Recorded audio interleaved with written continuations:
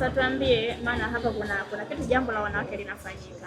Unaweza kutuelezea ni nini kinachoendelea hapa na wewe umefika kama nani na kufanya nini? Naitwa ASP Pili Saburi, ni mkuu wa kitengo cha dawati la jinsia na watoto wilaya ya Nyamagana. Tumefika hapa Jembe FM kama ilivyo kawaida, huwa tunakuja kutoa elimu juu ya masuala ya ukatili wa kijinsia.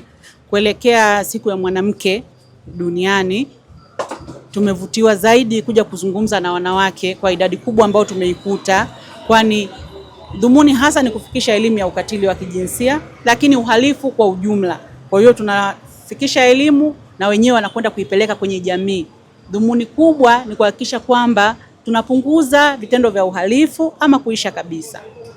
Sawa, kwa kama mwalimishaji kutoka Jeshi la Polisi, ni vitu gani ambavyo unahisi vinamkwamisha mwanamke hasa katika kujikwamua kiuchumi?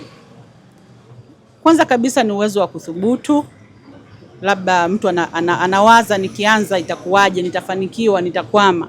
Lakini jingine, changamoto zinazojitokeza za ukatili wa kiuchumi, kwa sababu unakuta ndani ya nyumba kuna wanaume ambao bado wana mfumo dume, wanaendekeza zile mila ambazo zimepitwa na wakati, ambazo ni kandamizi.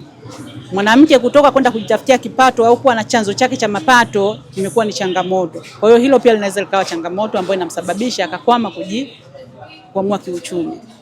Sasa kuna wanawake ambao wanajitahidi, wako chini kabisa, yani wanatamani kuwa na wanawake ambao wamefanikiwa kama wanawake wengine, lakini vitendo vya kikatili ndio vinawasababishia wanashindwa kujikwamua kutoka kwenye maisha waliokuwa nayo. Wewe kama jeshi, tusemeni kama mhusika mkuu unapambana na tatizo, unaweza kuzungumziaje hili? Ninatoa rai sasa kwa wanawake, kwa pale ambako wanaona ugumu, wanapitia hizo changamoto za ukatili, watoe taarifa kwenye madawati ya jinsia na watoto, kitengo cha dawati la jinsia na watoto katika vituo vyetu vya polisi. Sisi tutawapa mwongozo. Kuitazama jinsi ambavyo tunajihusisha na jamii, unaweza kutuzungumzia vipi? Jembe FM binafsi imekuwa ikiwa na ushirikiano mkubwa sana katika kutusaidia kupata taarifa hizi au kutoa hizi taarifa za uhalifu na elimu kwamba uhalifu ni nini, nini kifanyike tuache uhalifu, na uhalifu unapofanyika nini kifanyike kwa ujumla.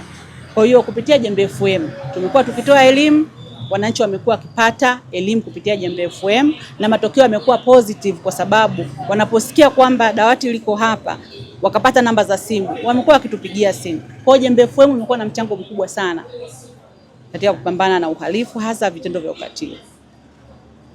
Endelea kuifuatilia YouTube channel yetu Jembe FM TZ. Subscribe, comment, like and share.